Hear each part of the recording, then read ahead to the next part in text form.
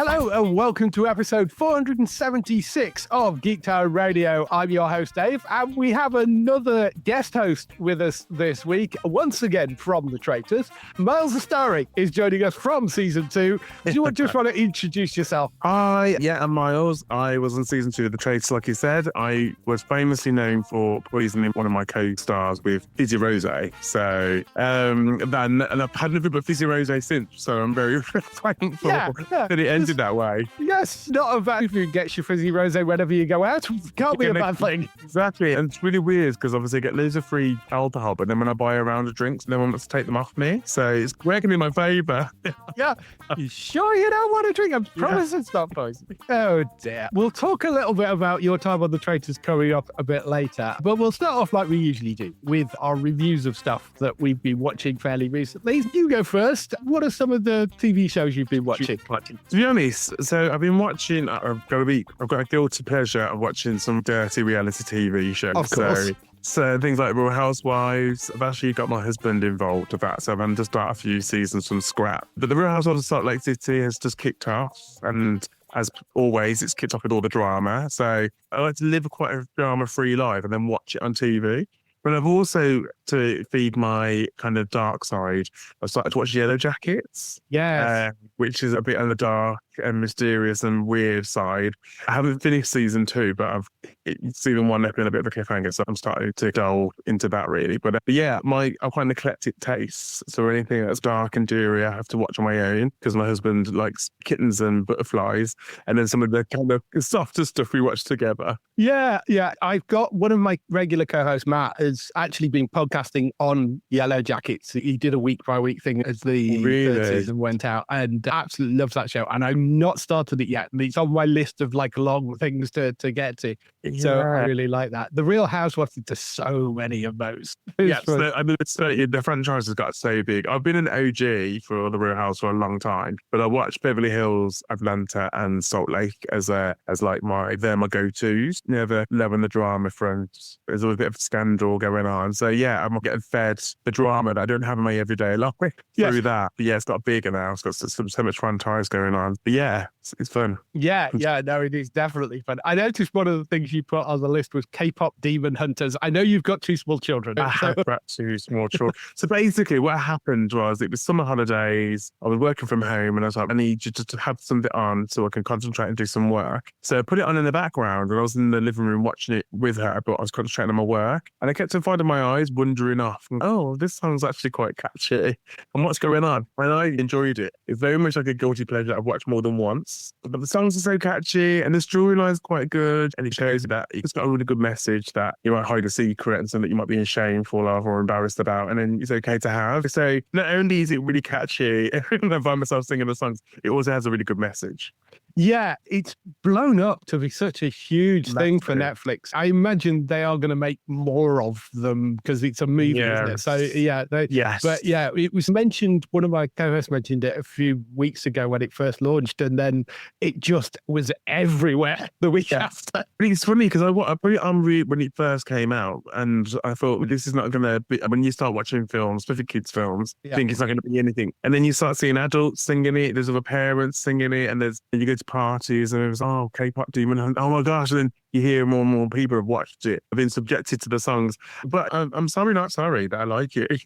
If the music's good, then excellent. Yeah. Why not? Yeah, definitely, for sure. But I also, it's one of the, like a flip side for then I normally watch the murder mysteries, Who Killed Who docu-series as well. I've always have as a ploy that I tell my husband if I was to go missing, I'm going to leave lots of DNA, loads of trinket bits. And it's not going to be floorboards big enough to hide me under. So I'm always one for a dark documentary about innocent people and murders and stuff like that, which might be quite worrying, actually. It might be a red flag, but... Yeah. No, my girlfriend's the same. The amount of true crime stuff she watches is just like... And then complains she can't get to sleep, and you're like, What are you watching?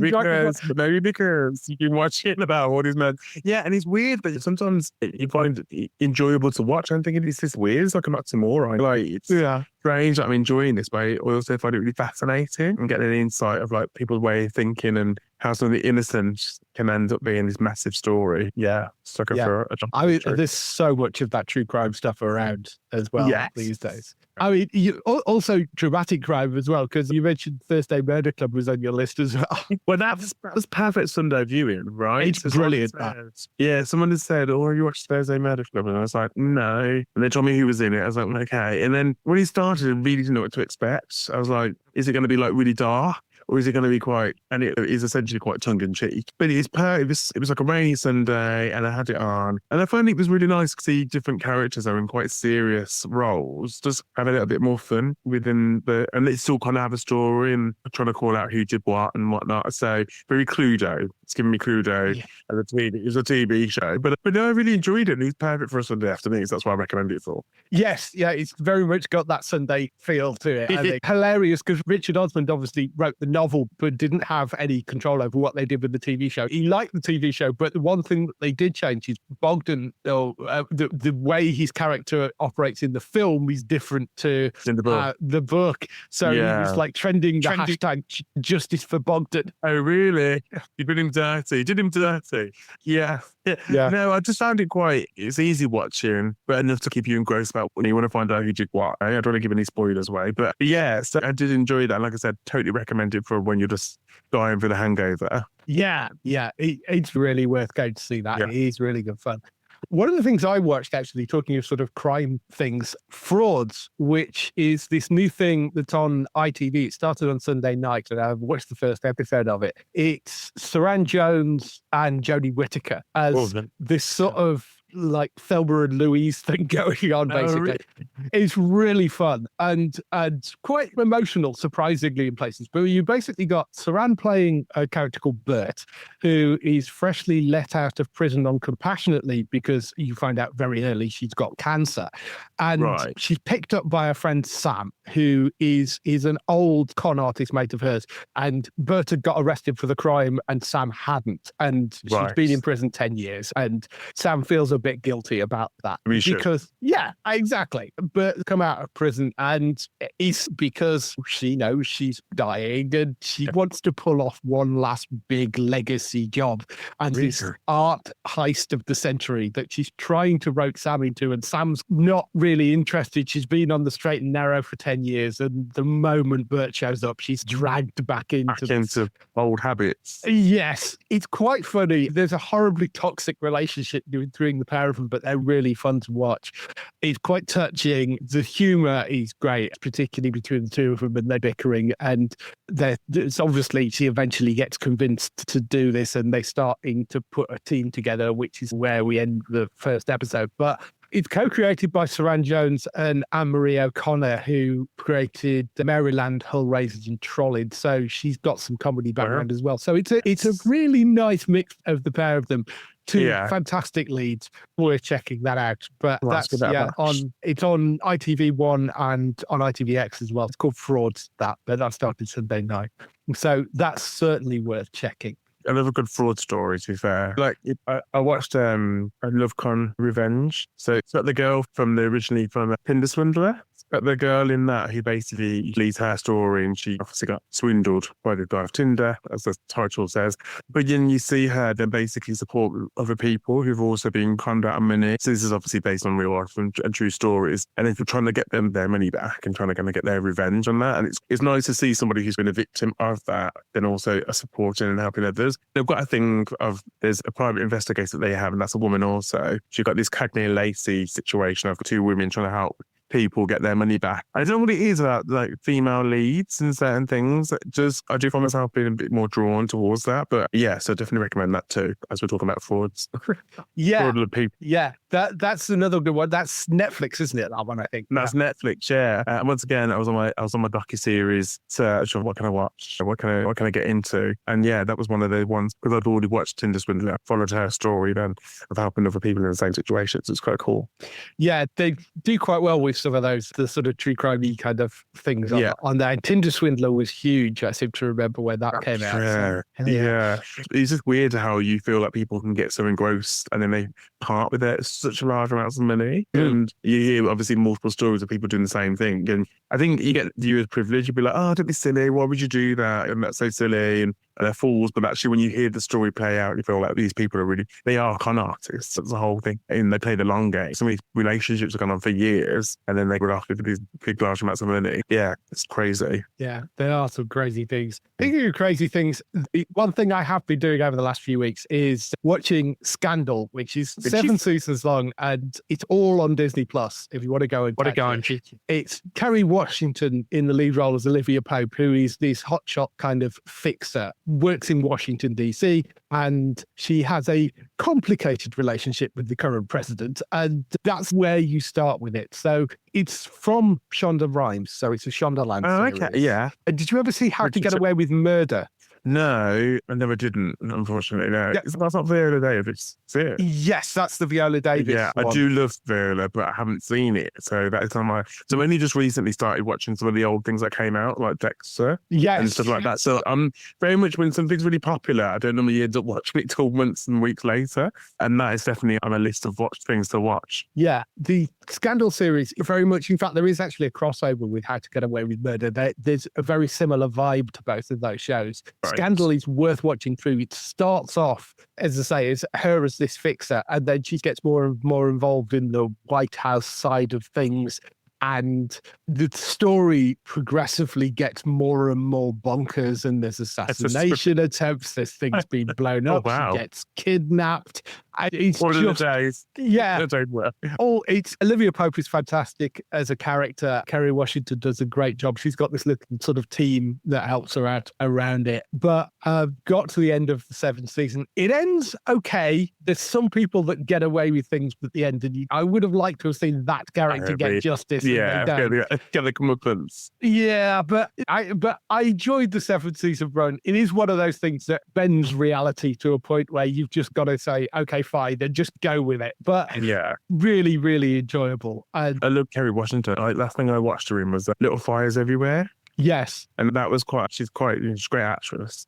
But yeah, I haven't seen her in anything else other than obviously what you're suggesting. So I probably might give that a bash, actually. But yeah, for sure. Yeah, it's a good sort of addictive crime drama. And there are 7 seasons of it. So you can work your way slowly. Yeah, work your way slowly through it. It's all up on Disney Plus, so you can go and check that out. But yeah, definitely one that I would recommend go and see.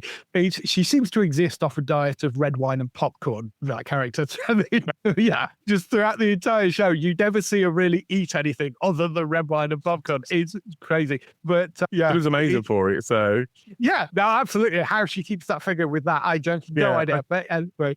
So yeah, I've really enjoyed my run through that. I'm looking around for other things, to older box sets of things that I missed to start now. Yeah, and that's why I've done the same with Dexter. Like I said, How to Get Away with Murder is definitely one of the ones that I was going to go back to, because I know certain things are coming to it now and then, but I also like to binge. So I'm not one that likes waiting for a next episode, especially when a lot of these shows leave on such a cliffhanger. You're like, I want to know what's going on now, so I want to wait a week. Yeah, the cliffhangers in Scandal are enormous as well. So you're like, really? As a box set, it's a great thing to go, because you do end up like, oh, I'll just watch another one, and then you start, I want to see how they resolve that, and then you end up watching the entire next episode. Yeah, so, 5 hours later, you're still sat there, yeah, wine and your popcorn. Yes, very much. So that's definitely a recommendation. Dexter, are you at the start of the original? And I didn't realise how long that had been running for. I literally watched the night in. Once again, it's quite dark, and I was at night in by myself, and I thought, oh, it must been saying to me, oh, you love your true crime and your crime shows and this, that, and the other.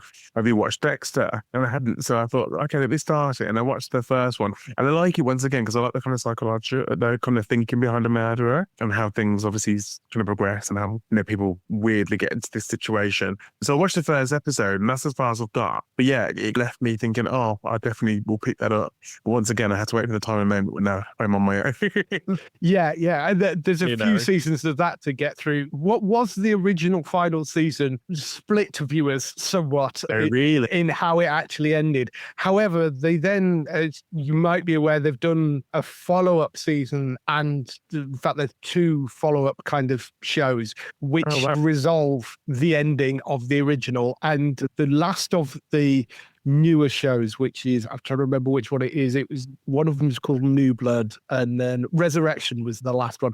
Resurrection is brilliant and really good. Was you not happy with the original end? Yes, without spoiling it, the original ending was a bit not brilliant, but the 2 follow-on series do justice. Do it justice and fix that original ending. So I'll bear that in mind. Yeah, bear that in mind if you. Oh, is that it? But there are 2 more seasons. There's also a prequel series as well, which is quite good. But unfortunately, they cancelled that after 1 season. But that is quite good. But yeah, the 2 follow-on seasons with Michael C. Hall are worth checking out at the end of your run through the main one. That's what I wish they'd do something like Game of Thrones. Once again, I joined that really late. Yes. And so I binged, I think, the first, 5 or 6 seasons. So it literally went hard and watched them the whole way through. So then I was then an avid fan and I had to wait as they came out. And then the ending was just like, oh, so once again, don't want to speak a little bit, but so it done so well all the way through. And then you think, oh, so I wish they could almost, like, oh, that was all the dream. Let's start. This is what the real dream was. And then finish it off and do the characters justice, because I know it all a bit lovey-dovey and a bit soft near the end when it could have been so gritty the whole way through. The problem was that the 2 guys that were running it rushed that final season. Instead of what they should have done is hand it over to somebody else, and just because they wanted to go off. I think they had a contract with Disney for Star Wars movie, and because they bombed that final season so badly, they lost the other contract. They have the show that those 2 are doing now is the 3-Body Problem on Netflix, which if you like sci-fi things, is a really good show. So they can still do it. They are perfectly good at adapting it. It's just they ran through that final season instead of what should have been like 3 or 4 seasons. They should have taken their time. Yes. Yes. It's one of those things, Game of Thrones, that like everybody goes, oh, I know. And like I said, I go into it, and it's not my thing, that kind of like medieval thing. As I thought my husband was like banging on, no, go on, give it a go. So then I watched the first season. He's like, let's watch the first season. And obviously then that it ends with a bit of a shock. And I thought, oh, okay. Then I thought it was going to be all lovey-dovey and who's going to make it to the end. And obviously that is totally not what Game of Thrones is about. And so I liked that because it was not predictable. But at the same time, at the end, like you say, it did feel massively rushed. And that's a shame, really. Yes, it is. It is a great shame. But Dexter, I said, is a great example of how you can fix a poor ending. So if they could do that for Game of Thrones, I would be very happy. Same. Yes. So that's all the stuff we've been looking at the last few weeks. Let's move on to some TV and film news.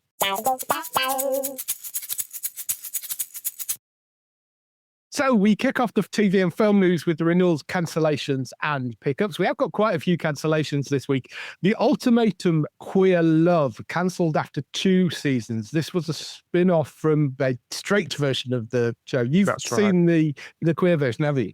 Yeah, I've seen both. So I watched the original with the heterosexual couples, and then I saw the one, obviously, with Queer Love, and I thought, oh, okay, like, it's nice to have essentially their version of a Love Island-y couples on a TV show. But yeah, so it's a shame to hear that they cancelled it after 2 seasons. But the first season was, I like the concept it being with queer couples, because it's nice to see that how their dynamics are within their relationships. So it's a shame that's cancelled. Yeah. It was an interesting idea. You had sort of one person that was very up for marriage and the other person's dragging their feet. And that was the ultimatum thing. So I think it's a really interesting idea if you take on that sort of reality dating show thing. But yeah, it's a shame they've decided not to bring that back. The Great North, which was an animated series cancelled by Fox after 5 seasons. That's on Disney Plus over here. We knew that was coming. It's been in the air. That wasn't going to make it because the numbers haven't been great. But 5 seasons, not a bad run for an animated series anyway. Yeah. They've announced that The Shy will end after 8 seasons. So it's got one more to go. That airs on Disney Plus over here. We've got one thing from the BBC, which is £10 Poms. That's been cancelled after 2 seasons. Michelle Keegan was in that. It was about people going to Australia to start a new life, basically. Oh, wow. Yeah, but that they've decided they're not bringing back after 2 seasons. And I was absolutely gutted by this. Mid-Century Modern has been cancelled by Hulu after 1 season. That's on Disney Plus over here. And if you've not caught this, you really need to go and check it out. It is really good. Yeah, definitely a recommendation. Did you ever watch Will and Grace? Yes, I actually aspire myself to be Karen Walker. So one day. Yeah.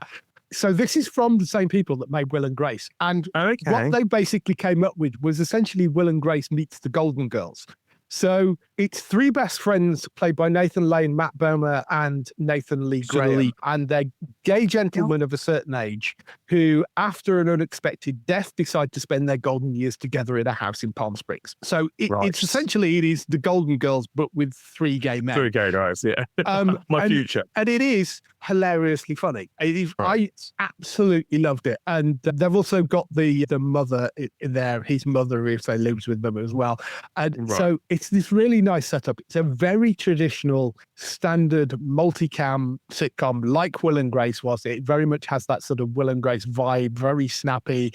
The 3 friends are quite bitchy to each other as well. It's really good. So if you've not checked that out, it's like they're half an hour each. I think there are 10 episodes of it.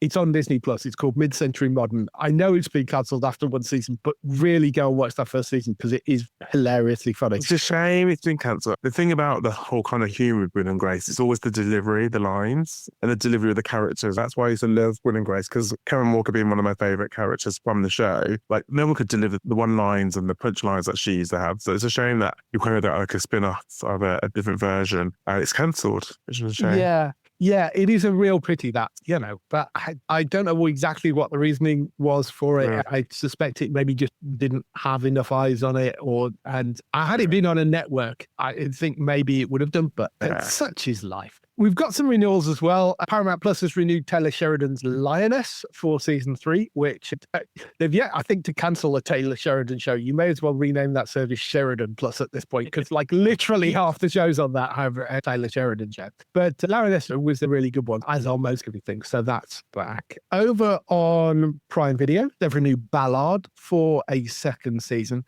This was a spin-off of Bosch and Bosch Legacy, which is one of the longest running things on Prime Video. Again, if you like your crime drama-y stuff, that's Bosch and Bosch Legacy. I went through those quite recently. They're worth checking out. They're quite good fun. I'm going to get a lot of homework after this. You are, yes. Yeah, so write them all down. So Ballard was a spin-off of that. It's the first one that's not fronted by the Bosch character himself, because there was the original Bosch series, and then there was just 3 seasons of Bosch Legacy, and then Ballard. But so that's coming back for a 2nd season, which is great news.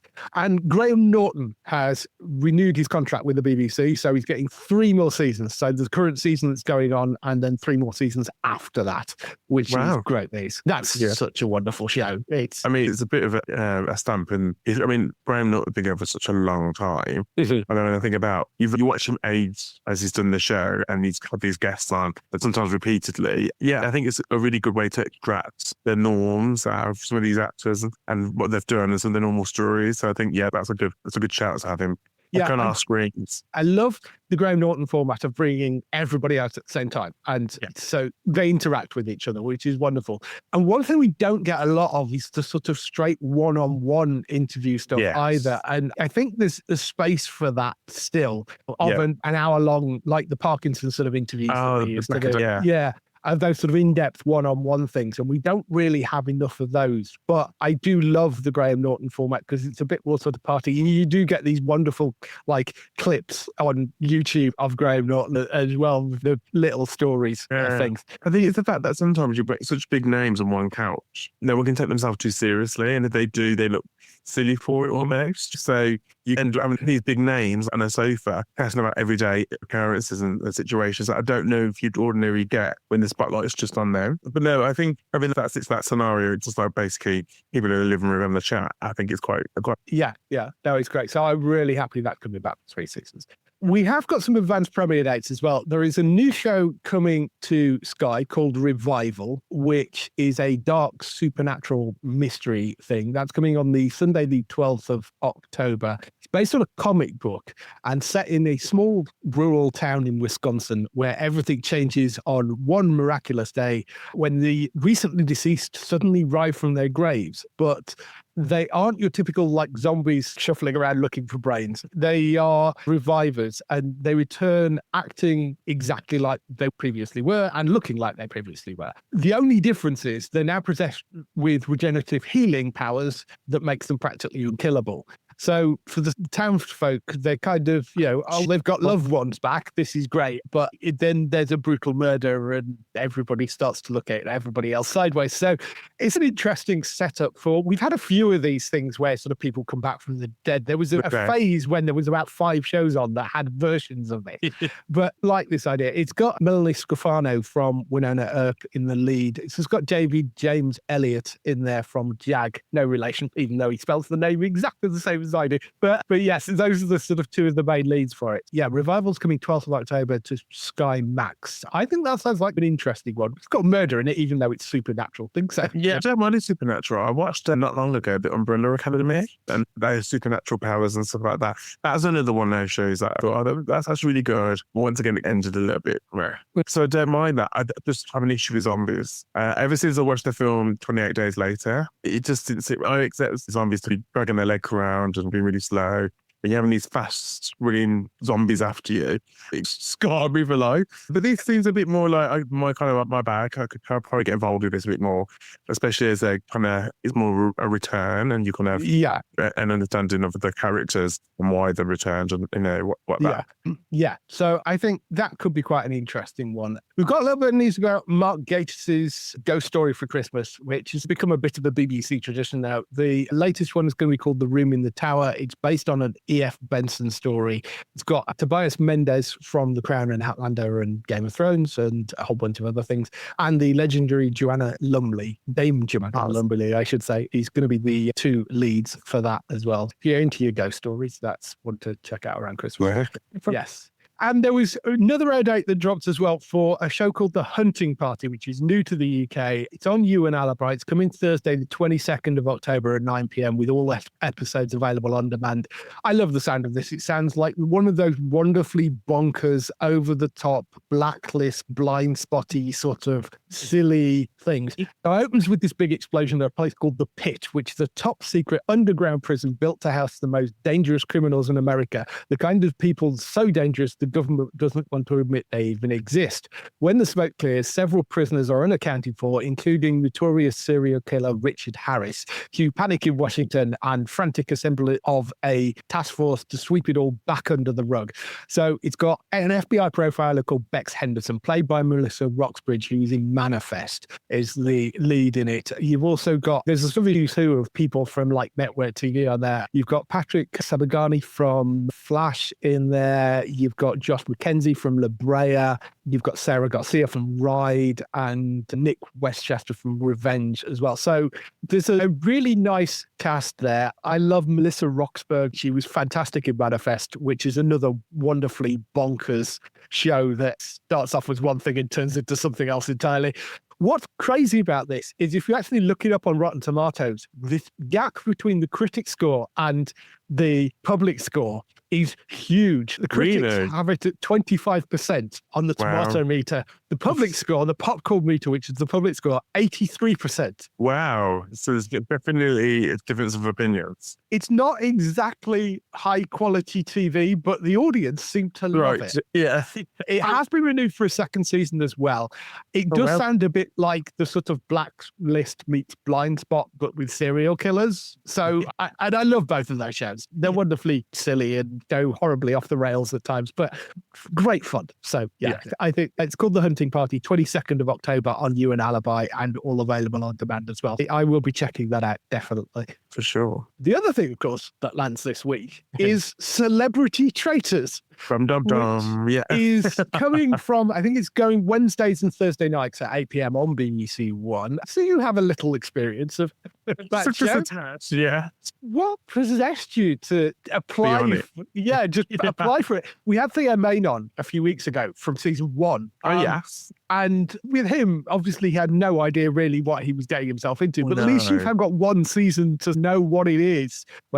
Once again, so I did the typical thing. I hadn't watched it when it first came out. And everyone kept saying, you watched Traitors. And I thought it was like a drama series. I was like, oh no, I haven't seen it. And then when I had it explained to me, I was like, oh, okay, we'll give it a go.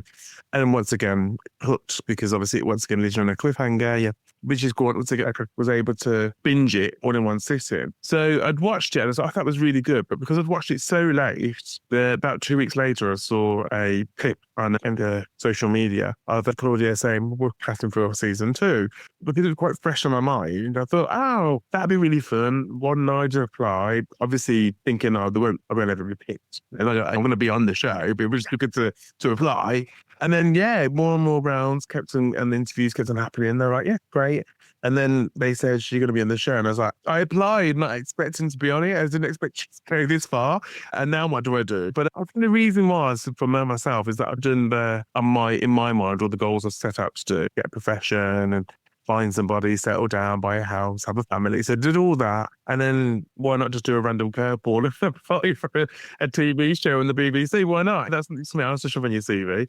Yeah. So then next thing you know, I was on the 9-hour train journey to Inverness. Wow. Yeah. It is up there, that place, isn't it? Yeah, definitely far. You're a vet nurse as well. That's right. Yeah, it's my profession. I know you obviously, you mentioned earlier the poison chalice twist, which is the sort of thing that you are known for. Yeah. So you're a recruited traitor. So you weren't a traitor when you first went in. You got that's right picked up. Yeah. So but basically, obviously, the first challenge for the traitors wasn't to murder; it was to then recruit. Mm-hmm. And I was the first recruited of the first episode, so to speak. So which it's kind of a weird situation because you're like, oh my gosh, I've been picked. And then you're like, I don't know why I've been picked. Have I been picked to be a sacrificial lamb? Have I been picked to be in with the traitors fully? So I think as a recruited traitor, I don't think you understand that you're on your own because you're not an OG, you're not the original traitor's been picked. You don't know the reasons why you've been picked. You're just there in the green cloak. And then you don't know what the game plan is going forward. And then as you see in my season quite early on, the traitor turned quite early. So I remember thinking, I'm not in a safe space. I'm not in a safe space here. So then you end up just having to play your own game plan, but as a part of a team. It's such a weird concept. But I had lots of fun doing it. You obviously, with the poisoning thing being public, did you know at that point you were like, I'm never going to get away with this? Or was there some sort of plan of how you might get out of it? There was different ways. It's really hard to, when you're in that moment, you're having questions thrown at you, obviously in real life at that time, it's really hard to think on your heels so quickly that you can back up. So one of the things I did think to myself is maybe saying, one of the other people told me to give the poison chalice away. But then if that's then cross-examined, then you're gonna look like a liar, which puts you on your head on the chopping block. So there's times when you're like, what I could have done, but very innocently, and as the day was going by, I was thinking, I don't think I'm going to get away with this. And obviously the person I'd murdered, which is Diane, she was such a strong key person within the group that whatever she said was gold. So she said, 2 people gave me a drink and one of those people was me. And so she was able to, even though she ended up being in the coffin, she was able to sway people rightly into that way of thinking it could be me. And because I admitted to, I did give you the drink, I thought this is my demise here. So I lead into it kind of thing. But at my last round table, I did want to leave a few nuggets to make sure people turn heads on other people at the same time. Yes. Yeah. Burn everything down on your way out. I'm taking everybody with me. You're taking everybody with me whilst I'm going. Yeah, absolutely. Obviously, you said you've got kids, you've got a husband. I mean, Yeah. how did they react to you being on the show? And I saw an interview where you were saying as well that you were in the middle of the adoption of your second child at the time, and you were, this is not going to come across really well. Yeah, when the authorities see that I've been murdering people on national television, I'm thinking, oh, is this going to look good for me? And I was very conscious that I wanted to do them proud in the sense that I didn't want to not be me. And there's a lot of times where I say things that maybe are not very BBC. So I think that's edited in that sense. But at the same time, I didn't want to kind of act in a way that you make genuine friendships whilst being on the show. And so I was just being myself in the day and in the evening. Just living a double life in the evening, committing these murders was just part of the game. But yeah, I did have this kind of conscious feeling of being like, when the show is finished, how's this going to be perceived? Are people going to understand the game? And obviously in season 1, you got Wilf, who was an amazing traitor, and he throws everybody under the bus. But then obviously you can work out that's a great game plan. But the whole thing about that situation is everyone's in the team, but they're all supposed to all individually as well. Yeah. You come to play your own game. So I was very conscious thinking, is this going to jeopardize anything in my real life? And I hadn't told anybody. So I told my husband I was a traitor, and that's as far as he knew. So when he's watching the show, he's looking at me and then looking at the TV going, just try and drink this. I'm like, you have to watch it. So he didn't know that he was enjoying it as a viewer too. So I wanted him to have that experience. But yeah, it's weird when you watch your TV, they debut, merge with your everyday life. Because you have also got to go to work. Yeah. Still got work colleagues. You've still got kids to look after. And in my case, kids to adopt. Yeah, you got to think about everything when you're playing the game. Yeah. Have you had much response off people bringing pets in? Well, luckily, I'm not clinic facing anymore, but I do have a lot of people being like, oh, like you put the kind of veterinary industry on the map a little bit. People thinking that you can't do other things as well as taking a job that's quite professional, sought after. But yeah, you can normally get a really good response from the public. They they understand. And I think as the show's going on, people understand people are playing a game. And so the things like don't go around poisoning people often. I think they're able to work out that, oh, you really well, or you a stitch up. But yeah. Yeah. You mentioned Celebrity Traitors starts this week. And we've got Alan Carr, Kat Burns, Celia Emery, Charlotte Church, Claire Balding, David Olusoga, Joe Mariner, Joe Wilkinson, Jonathan Ross, Kate Galloway, Lucy Beaumont, Mark Bonner, Nick Mohammed, Nico Amilana, Paloma Faith, Ruth Codd, Stephen Fry, Kamenka Epsom, and Tom Daly are the people that are going in, which is an incredible mix of people. One of the things that you mentioned, and it was something that Theo mentioned when he was on his trying to be your authentic self in there. And you do have the advantage that as a civilian, nobody knows who you are. So you can basically be anybody. That's something they can't do. Yes. So what are your thoughts on the people that are going in? Who do you think will be good? Or... Yeah, I think the problem is as well is that people are picking on the most smallest thing.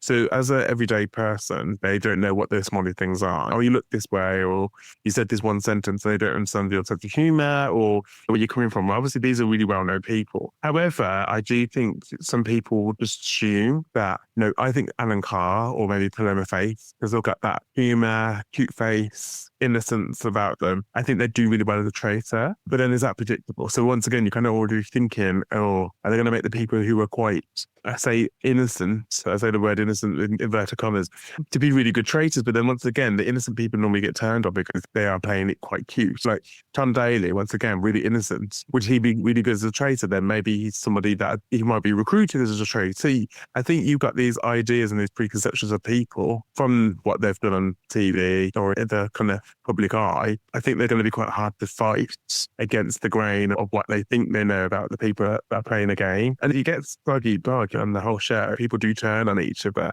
So it'd be nice to see how some of these people in the public eye handle the pressure. Those round tables are intense and they can get pretty nasty at times. That'd be fun to watch.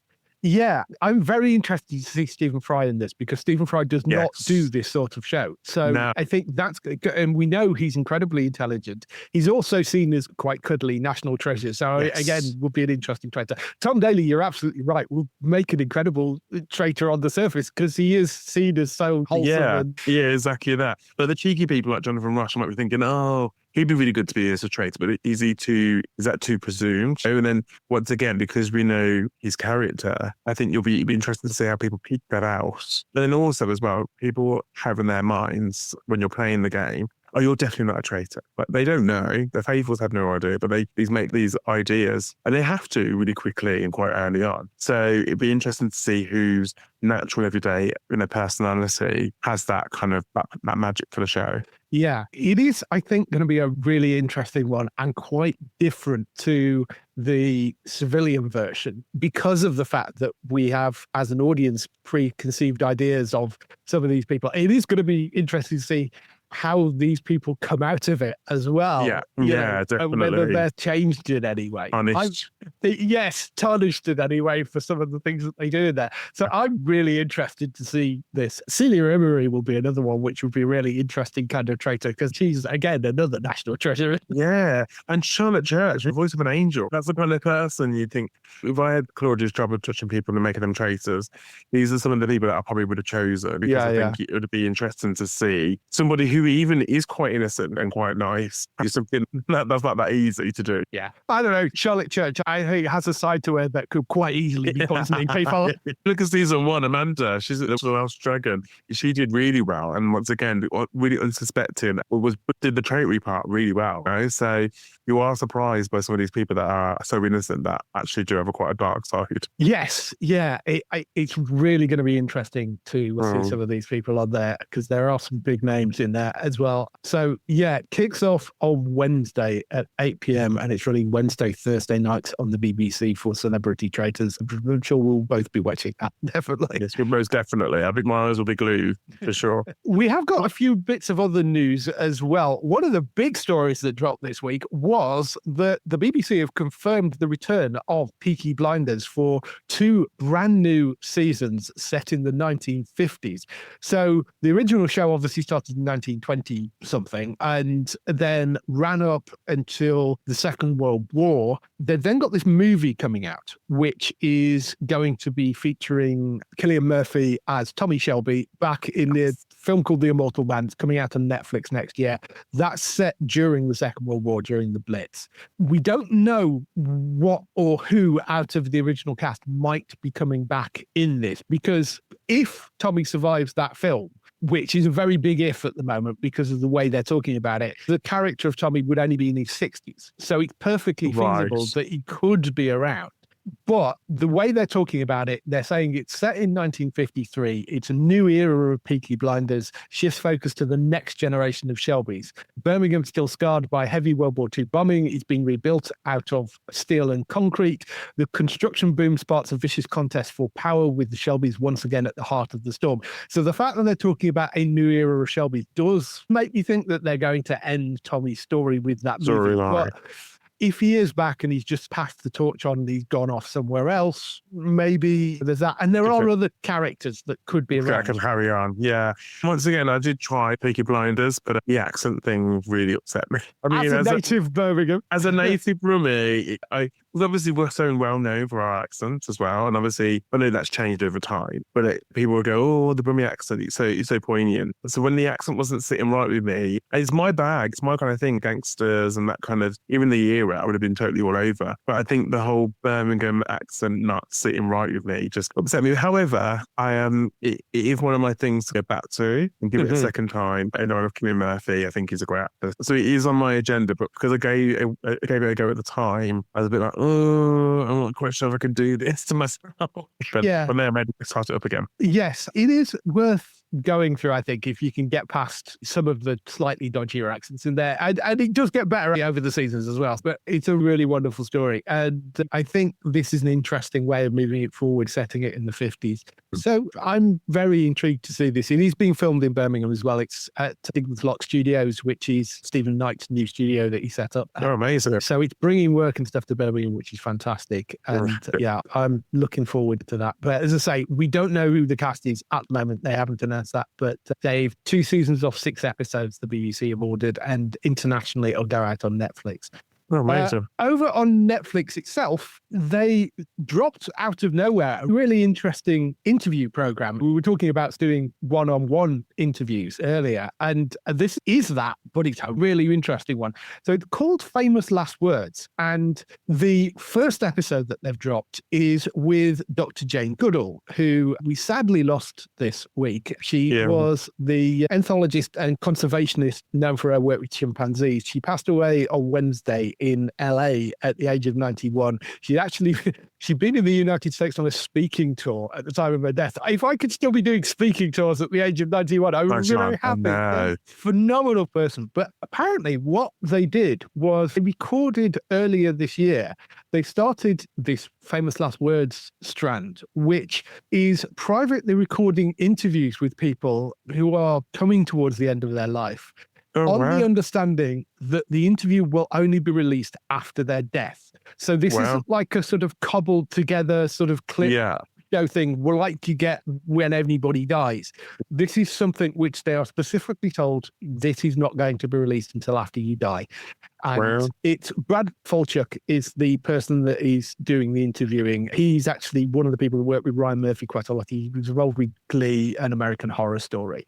And it is basically sort of in-depth private interview with various cultural icons. We don't know who else they've done. We just know that the first one's come out, and they are saying it is a series, but obviously they're not being released until after somebody drops dead. So passed away. You never know. It's quite a strange one. I say it's quite a unique concept, really, to have that setup to be like, well, release this one, shift gun. But I suppose it also gives people that time to present or say things they may have been holding in or been waiting to pass on a message whilst they're in their honour of their death, really. Yeah, quite a unique concept. Yeah, it will be excellent for somebody to have done this and come out and go, I hate this person, I hate this person. Yeah, exactly. Roll out a big old script of names. Yeah, that might be the case. We'll see. Was it what Jane really thought?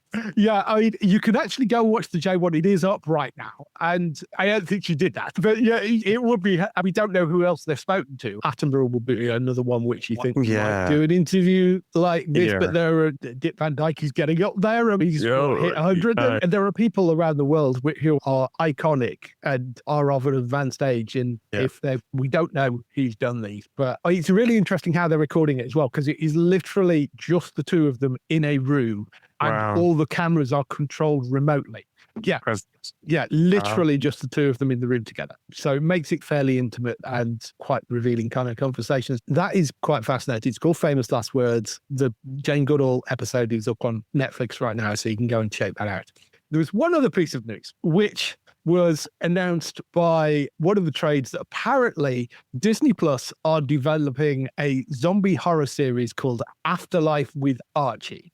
Are you aware of the show Riverdale at all? Okay, so Riverdale was a YA series. It ran on Netflix over here, ran on the CW in the US, and it was taking the idea of the Archie comic books, the old American Archie comic books, but it aged them all up to be teenagers, and it was done as a very kind of YA American. They're all incredibly beautiful. Of course. And it started out as very much a sort of murder mystery series. That first season, they're all coming back after summer break, and one of their classmates has been murdered, and the gang get together and they sort out like who got murdered, who did it. Yeah. And it's very much really good, straight up that. However, I have no idea what the writers were smoking or how many shrooms they were taking, because they then went wildly in a different direction. So like they had this solid start of this YA murder mystery series in this little town. Then season 2 started off with the town being obsessed with a board game called Griffins and Gargoyles. And it then just got weirder, and they had alternate timelines. They had witchcraft. They gave them superpowers for one season. They had time travel. It was completely bonkers. So every idea thrown at it, basically. Yeah, literally every idea thrown at it. And it is based on a sort of adult strand comic book of the Archie comic book. So there are comic books that they base this off. And Roberto Aguisara and Francesco Francovilla, who are two of the people that were involved in the original show, wrote a comic book called Afterlife with Archie. And it was basically continuing that sort of madness, but it took the Archie gang and set them in the middle of a zombie apocalypse. So it's Archie meets The Walking Dead. What's with these zombies? Honestly, the zombies and everything nowadays. I know. We've got like a crazy. zombophobia. Do you know what I mean? Like, so Afterlife with Archie comic book reimagines the wholesome gang as survivors of a horror apocalypse, with Jughead kicking things off by being zombified. Honestly, that isn't the weirdest thing that ever happened to the character Jughead in that original show. The series is based on, like I say, the comic books alongside Chilling Adventures of Sabrina as well, which was also turned into a series and ran on Netflix over here. So whilst it is from the same creative team that did Riverdale, it's probably not going to have the same cast, because that ended a while ago. They may manage to get them all back together, but it's sounding like it's going to have a different cast for it. But honestly, Archie in the zombie apocalypse is no weirder than where the original Riverdale show ended up.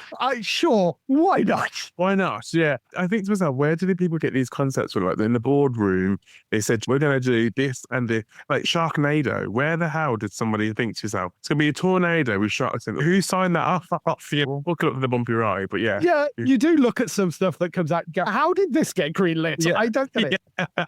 And then on top of that, a cast and a script and all these things on top of that. Yeah, I'm just a passenger. Yeah, absolutely. Afterlife with Archie is being considered as a series. It has got a script to series commitment, so they're waiting to see how the scripts turn out before they actually officially green light it.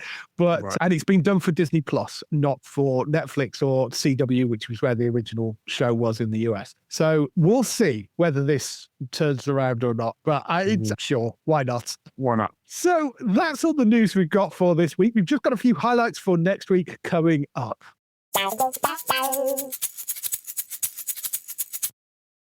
So, highlights for next week. As we mentioned, Traitors Celebrity Edition, first season of that, 8th of October at 9 p.m. That lands on BBC One.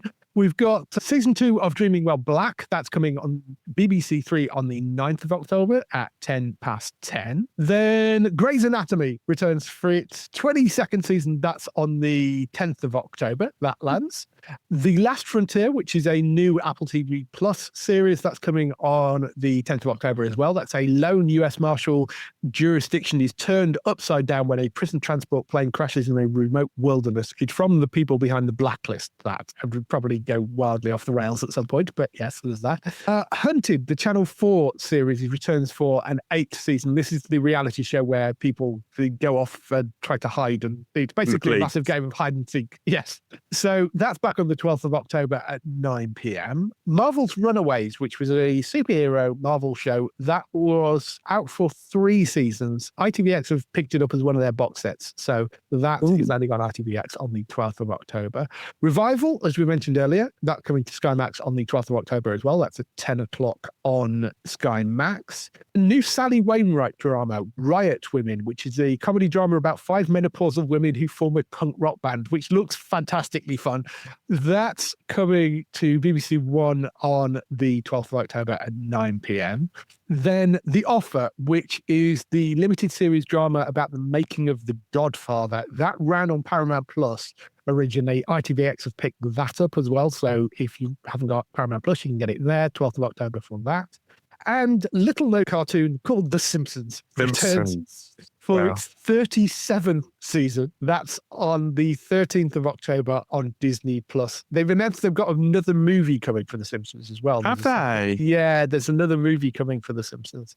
Yeah, but 37 seasons in and still going strong on Disney Plus. So 13th of October for that. So that's all the stuff coming next week. I will check out The Last Frontier. I will check out Traitors, I think, and Revival. I might check out Riot Women as well, because the Sally Wainwright's a fantastic writer. So yeah, good. I mean, Riot Women sounds like most of my friends. So that sounds like something me and my friends could probably get involved with. Yes, menopausal women that start a punk rock band. What a great idea for a show. Why not? Yeah, that sounds like really good fun. That's all the stuff for next week on TV. If people want to go and find you across social media, or are you got anything else coming up that you want to mention? Yeah, no, so Miles Asteri on Instagram. I also do a podcast, so we talk about things over a fizzy rosé most of the time and everyday issues, and that's called the Sip on It podcast. And I got a few things in the bag, some things I can't mention. But yeah, I've got a few kind of other TV appearances and stuff like that in the pipeline. Oh, cool. Maybe I might be on your screens again sometime soon. But yeah, follow my Instagram and I'll keep you hounding everybody from afar. Yes, definitely should follow your Instagram. There's very funny videos with you and your husband and some of the times with the kids and stuff. There's great stuff on there. It's really fun. Yeah, go and check Miles out on Instagram. And for other people involved in the show, you can go and find Domingos over at HollywoodNewsSource.com for all these TV and film articles and interviews. Matt, you can, of course, find at entertainmenttalk.org for lots and lots more podcasts. And probably, I think Manu actually won this week, so his Manu podcast might actually be happy for a change. Yeah, a bit of shade there, Dave, a bit of shade.